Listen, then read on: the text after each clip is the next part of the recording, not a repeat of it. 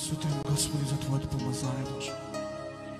Благодарим и за Твоята огромна милост, която показваш към нас. Ние, Господи, идваме такива, каквито сме тая сутрин пред Тебе, Боже. Идваме отрудени, Господи, обременени, Господи, за да ни успокоиш, за да ни помогнеш. Ти знаеш всяко едно сърце. Ти знаеш всеки един проблем, Боже мой. Предоставям двата квартала пред Тебе, Боже. За мир, за единство, Господи, в името на Исус.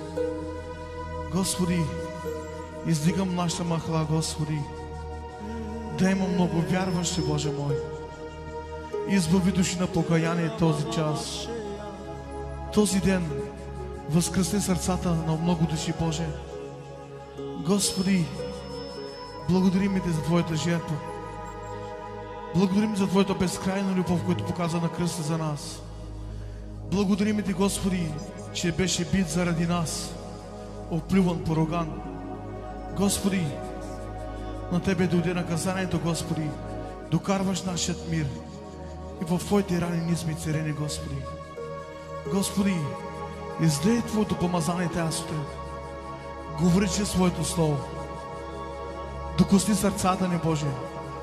Дай ни уши, дай ни сърце, да чуем онова, което имаш да кажеш, Господи, на Твоите чеда. Господи, да бъдем свидетели за Тебе, Боже, и да кажем, Господи, че си възкръснал днес, че победи смъртта и яда, Господи. Ти показа милост към човечеството, Боже.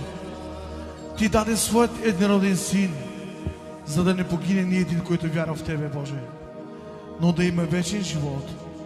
Господи, този ден направи чудо в живота на всеки един.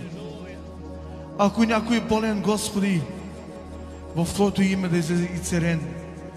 Ако е дошъл някой наранен, Господи, наскърбен, Боже, да покажеш милост към тях. Исусе, към Тебе викаме, Дева. За Тебе невъзможно няма, Боже. Вземи централното място в живота ни, Боже. Благославяй децата ни, Боже. Благославяй нашите близки и роднини, Боже. Благослови нашите приятели, които не са в молитвения Ти дом. Благославяй, Господи. Доведи души на покаяние от нашия род.